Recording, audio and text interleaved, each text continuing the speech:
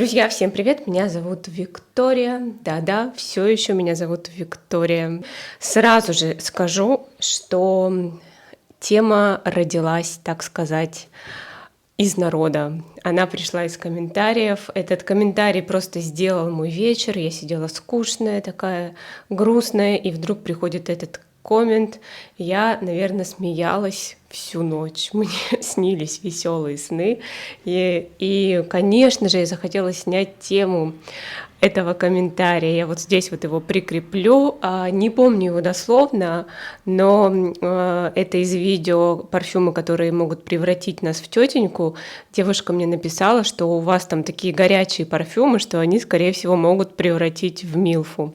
Я посмеялась и подумала, что не надо заканчивать эту тему. Горячих парфюмов у меня еще очень-очень много. Да, эти все парфюмы, они довольно насыщенные, они часто с ощутимой розой, какие-то пудровые, они густые, они стойкие, они шлейфовые, они вот те, про которые частенько пишут, типа это вот для женщин постарше, или там не представляю этот аромат на молодой девочке. Я никогда с этим не была согласна, так как меня с детства тянуло на такие ароматы, и поэтому для меня как-то вообще аромат по возрасту, это странно. Главный ориентир для меня вообще в жизни и в ароматах тем более, это то, чего я хочу, то, что мне нравится. Так что, друзья, перейдем к ароматам. У меня тут чай, такая уже, видите, новогодняя веселая кружка. Ну что ж, я хочу вам рассказать об одном аромате, о котором очень редко говорю, потому что очень редко его носила. Это аромат Агент-провокатор, Мисс Агент-провокатор. Такое вот у него название. Это очень бюджетный аромат, особенно для своего звучания. Он очень похож, он даже, говорят, его выпустили как замену аромату La Gente, или как он по-французски La Gente. Короче, я по-испански его прочитала. Вы поняли, да? Я здесь прикреплю картинку, по-моему, я видела его даже на рандеву. А вот этот, даже не знаю, где он сейчас есть, не знаю. Но он мне обошелся вообще очень бюджетно, особенно для 100 миллилитров. Просто это очень красивая, дорогая роза. Аромат звучит, нишево. Мне даже он чем-то напомнил ароматы от Фредерика Маль, в том смысле, что я очень часто у него встречаю в пирамиде герань. Но герань я не везде могу, честно говоря, принять. Вот здесь она мне нравится. Она придает аромату такую зеленую ноту, такую травность. То есть все стартует именно вот такой вот зеленой какой-то травной геранью. Потом звучит роза, амбровость, аромат густой, насыщенный, и в нем есть как будто бы какая-то лекарственная нота. Но я думаю, что это вот герань туда отсылает, потому что не знаю, откуда вот эти вот ассоциации герани и лекарственных нот, но вот у меня они тоже, кстати, есть. И аромат немножечко запудривается.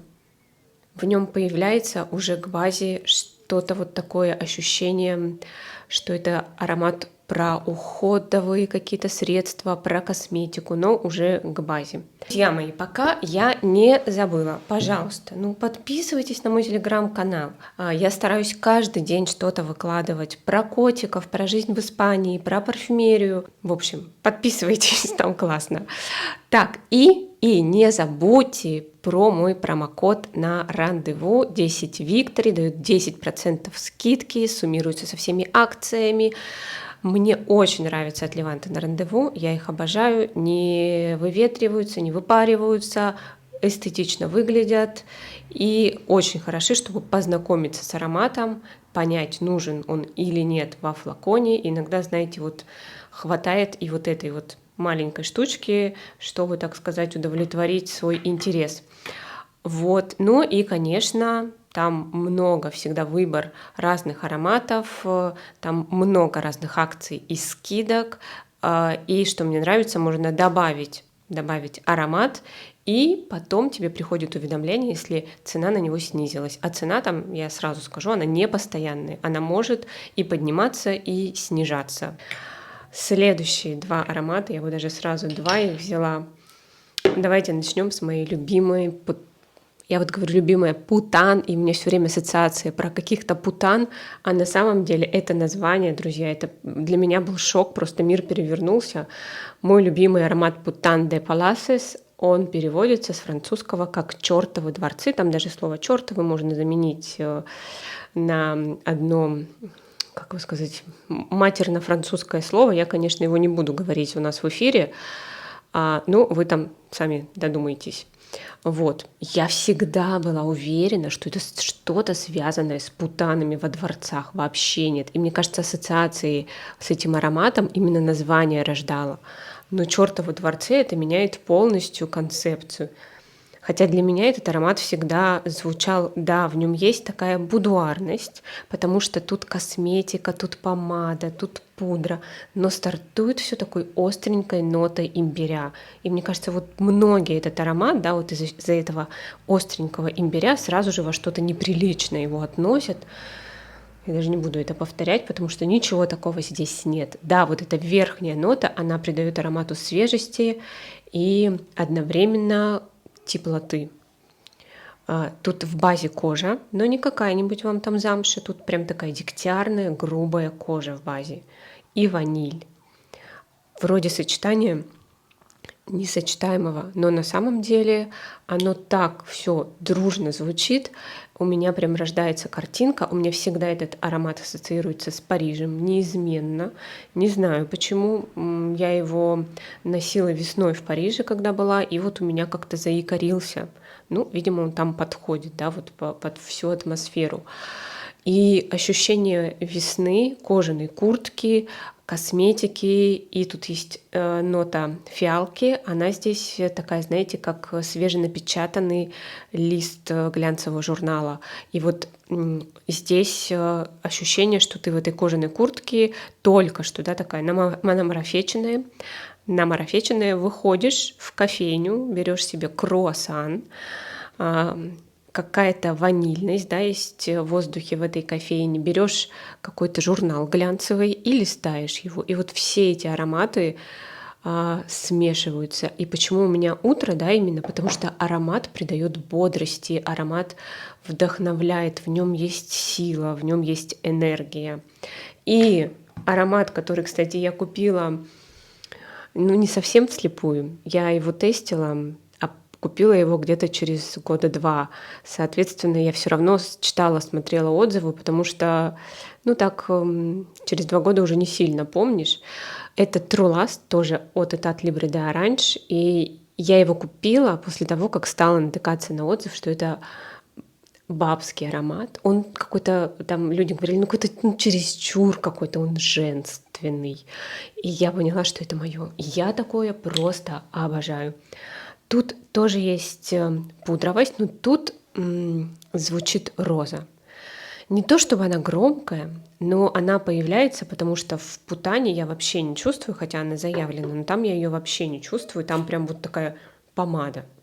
А здесь все-таки есть ощущение вот свежей розы, здесь есть уже тонкая замша, тоже фиалковая пудра, но аромат он более... тут еще есть нота рома, но я это больше чувствую ром как изюм, именно вот у Элда.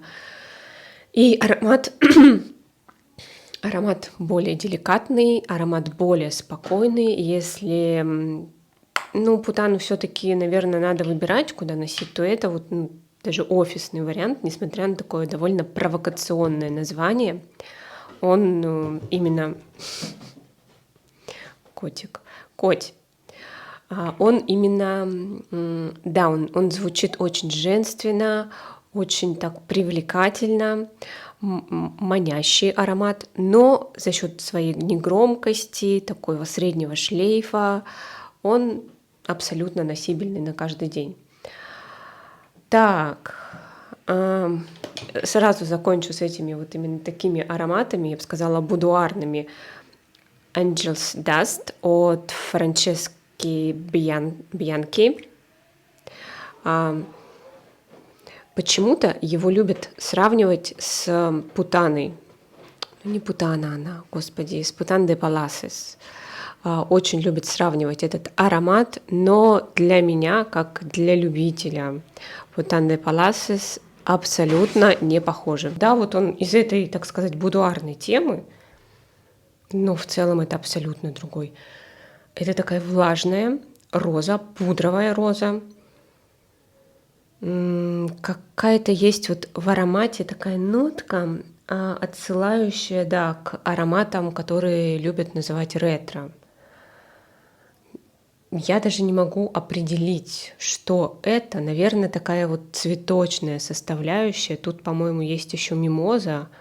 Не помню, есть ли тут иланг. Я вообще не люблю иланг. Если он тут и есть, то только каким-то оттенком.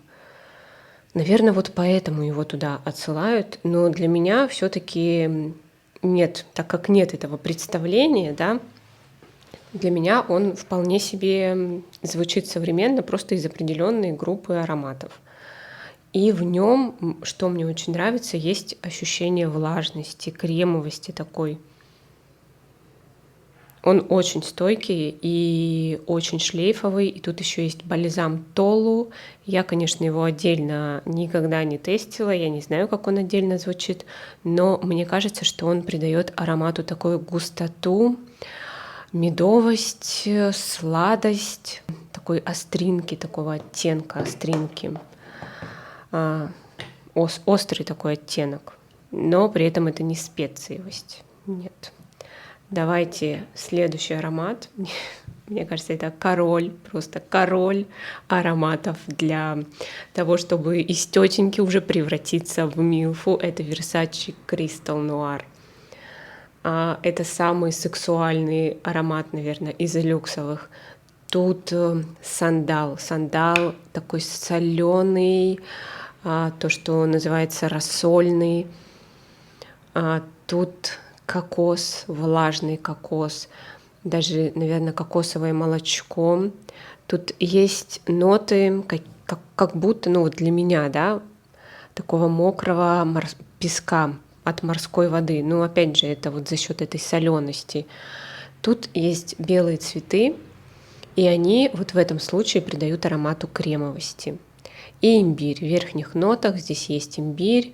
Он, опять же, вот у имбиря такое интересное есть. С одной стороны, он такой остренький, то есть теплый, а с другой стороны, он придает свежести аромату. Мне туалетная вода очень нравится. Я понимаю, что вот некоторых, наверное, вот эта вот его звонкость имбирная в начале, она яркая, и мне кажется, вот это отпугивает людей именно в туалетной воде, но мне она нравится.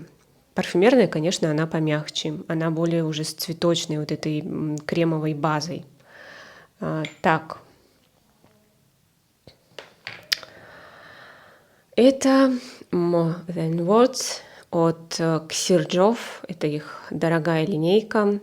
Очень редко ношу этот аромат из-за его невозможной громкости, стойкости. Его редко просто подберешь случай, да, чтобы надеть этот аромат. Это роза, шипастая роза. Это амбра. И даже, это не амбра деревяшки, как в Кирке, но вот есть тут такой небольшой оттенок. И фруктовые ноты тут заявлены, но они скорее придают аромату немножечко такой вот в начале легкости, летучести, но они не чувствуются прям как какие-то фрукты.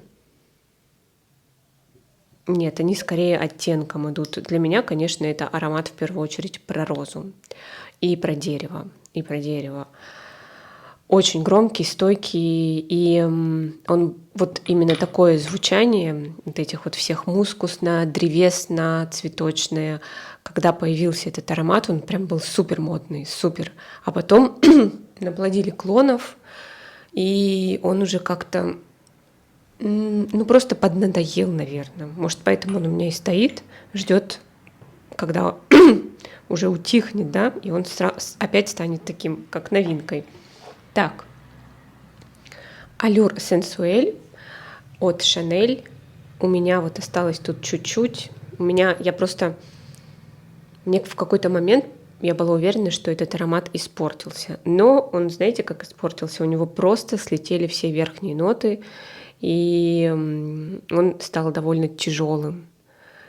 Я его иногда в воздух распыляю. Вот в воздухе он звучит очень хорошо.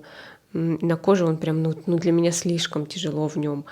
Это цветы, специи, и я понимаю, что с классическим аллюром тут все-таки есть пересечение, вот именно такие персик, много-много цветов, но здесь появляются еще специи в этом аромате, древесность.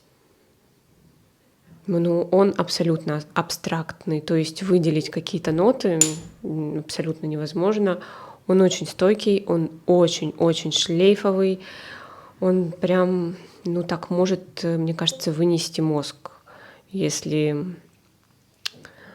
особенно если у вас холодная кожа. Вот на холодной коже такие ароматы очень зубодробительно звучат, и надо с ним быть осторожным. Я помню, я его носила как-то осенью, и мне прям было в этом аромате почему-то даже холодно. Настолько вот он как-то зубодробительно звучит. Я не могу даже это объяснить. Он как-то пронзает еще. Он зимой, весной, переврала, в холодное время очень хочется такого аромата уютного, согревающего, теплого, который вот таким коконом будет. А этот вроде бы все у него для этого есть, но он как-то звучит, как вот по голове тебе огрели чем-то таким холодным, пронзительным, тяжелым, металлическим, и вот так вот еще звучит у тебя. Вот такие вот у меня ассоциации с Allure Sensuelle. Я не знаю почему. Вот просто не мое. Хотя вот так вот не мое я относила. Я, кстати, его носила и в жару, и в теплое время. И я помню, что у меня он прям он не пошел именно в холодное время. Закончилось у нас с ним понимание. Так, обожаю. Насамата Наркотик Ви. Но аромат, опять же, не для всех. Он очень громкий. Я помню, когда первый раз ко мне попал сэмпл этого аромата, я нанесла и подумала, это никогда. А потом странный вот такой вот эффект этого аромата. Хочется его еще раз нанести. А потом и еще раз. А потом какое-то возникает привыкание, и вот берешь и покупаешь уже флакон. Вот так вот. Тут есть тубероза, и тут в начале прям очень хорошо слышится фруктовый аспект туберозы. Только со временем своего парфманьячества я поняла, что тут дает эти фрукты. Это тубероза. Раньше я не понимала, почему тут тубероза, лилия, жасмин, брызгаешь, и очень хорошо ощущаются фрукты вначале. Я не понимала, откуда. Сейчас я точно знаю, что есть такой вид туберозы, есть такой аспект туберозы, точнее. Тут очень хорошо слышна лилия. Прям, если вы не любите лилию, то обходите этот аромат стороной и людей, которые в нем. Она очень хорошо слышна. Мне тут лилия нравится. Мне она нравится. И тут, опять же, есть специи, как написали в пирамиде, но для меня это больше такой мускус. Есть мускус специевый, вот для меня это скорее как он звучит. И что самое поразительное, к базе аромат превращается в аромат чистоты. Он вот звучит как свежевыстиранная одежда, высушенная на морозе. Вот так вот он трансформируется. Но это вот прям, если носить его целый день, к концу дня можно вот это вот услышать. У меня вот это произошло, причем не каждый раз я дохожу до этой точки. Так, это я рассказала. Вот. Это мой новенький аромат. Это Black Opium от Yves Saint Laurent. Мне кажется, тут мог бы быть любой Black Opium. Просто моя любимая версия вот эта вот с вишней. Тут такая вишня, скорее уже в шоколаде, да, в шоколадной конфете, с коньяком. И тут капучино, потому что кофе здесь не горький, кофе здесь скорее такой уже с молоком, мягкий, сливочный. Да, мне кофе тут вообще громко не звучит. И много-много-много ванили. Очень много ванили. Я, кстати, тут посмотрела такую интересную передачу, выпуск на YouTube. Нашла блогера, девушку, очень классно рассказывает про всякие исторические факты, какие-то изобретения. И вот она рассказывала про ваниль. Она не затрагивала только вот парфюмерную часть, а просто как, где, как выращивают, в чем проблема с культивированием, культивацией, выращиванием ванили, историю, да, вообще как ее откуда привезли. Это очень интересно и понятно, почему аромат Vanilla Sex от Тома Форда такой дорогой. Теперь я поняла, почему вообще вот эта натуральная ваниль, она очень-очень дорогая, и ароматы с ней тоже, соответственно, очень дорогие. Где она прям такая, да, настоящая. Посмотрите, я ставлю ее канал. Так, ну и небольшое такое отступление. Это для тех, кто уже посмотрел все видео. Я решила этот блог сделать в конце, поболтать с вами, выпить чай, уже холодный. Мне, знаете, вот это такое удивительное, парадоксальное событие. Я когда читала комментарии, я с одной стороны радовалась, да, потому что женщины на меня прям наехали, сказали: это что это там вообще, ты тетками кого-то обзываешь? Да что это вообще такое? Но мне кажется, что эти женщины не посмотрели само видео. Либо они как-то пропустили, да, они просто тыкали, возможно, по тайм-кодам и не слышали мое предисловие о том, что я сказала, что для меня вообще вот эта тема, что там одежда кого-то в тетку превращает или парфюмы, что это все выдумка, это маркетинговый ход, это хайповая тема стилистов, и я ее взяла не на полном серьезе, это скорее так вот вообще просто поддеть, да, вот просто поднять даже эту тему, потому что я же и на фрагрантике, и где-то вот еще встречаю про это деление ароматов по возрастам. Но я с этим не согласна и очень была рада, что многие с этим не согласны. Особенно рада, что это моя аудитория, значит, все-таки я как транслирую, да, свои взгляды, не говоря о парфюмерии, все равно как-то они просачиваются. И с одной стороны, я порадовалась этому возмущению, потому что, правда, я против эйджизма, неважно в чем, в ароматах, в рабочей, в деловой сфере или в одежде, абсолютно, в отношениях, тем более я против вообще деления по возрастам и так далее. Я за то, чтобы каждый человек жил свою жизнь в гармонии, согласии с собой. И мне кажется, что просто с возрастом, вот лично, на мой взгляд, система усложняется, да, система личности. И, на мой-то взгляд, появляются привилегии. Но я бы в жизни не хотела вернуться в свои 19, 20, даже в 30 лет. Да не дай Боже мне туда вернуться. Я с возрастом, вот я лично чувствую себя свободней, в первую очередь от мнения окружающих. Потому что я намного лучше знаю себя сейчас. Вот что самое главное, да. Если раньше я вот в 19 лет ты вообще выходишь, и ты о каких-то представлениях о себе таких очень навязанных на самом-то деле. Может даже казаться в этот момент, что я правда так думаю, но по-настоящему начинаешь узнавать себя намного позже. И когда ты узнаешь себя хорошо, когда ты точно знаешь, что тебе нравится, что тебе не нравится, как ты хочешь жить, как не хочешь, вот тогда становится сложнее повлиять на тебя. Тогда ты начинаешь искать, так сказать, по-настоящему свой способ жить и защищаешь его. И когда на весах у тебя сделать то, что я хочу, так, как я хочу, либо угодить мнению окружающих, то ты всегда всегда выбираешь себя. Уже это просто неизбежно. Ты уже четко понимаешь, что сейчас угодить другим — это значит предать себя.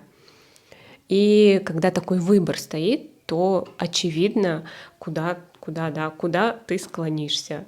Конечно же, к себе. И это, к сожалению, в детстве, в подростковом возрасте, в юности этого нет, это недоступно. Но в детстве мы очень сильно зависим от родителей, от школы, от детского сада. Точно так же еще в подростковом возрасте, а потом вот на работе мы очень сильно, да, зависим там от начальника, от коллег, чтобы нас там приняли, поняли. А когда ты взрослеешь и узнаешь себя, ты уже просто понимаешь, что работу можно выбрать. Если тебе сильно не нравятся коллеги, ну вот прям сильно, да, ты себя любишь, уважаешь и ценишь, ты пойдешь, найдешь другую работу с другими коллегами. Я понимаю, что иногда это, ну, не сразу, да, вот ты понял, встал и пошел.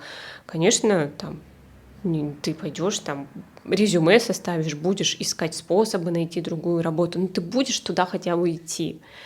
А вот лично у меня там в юности, даже в 30 лет у меня было такое представление, что вот я как-то должна терпеть, но угодить и остаться.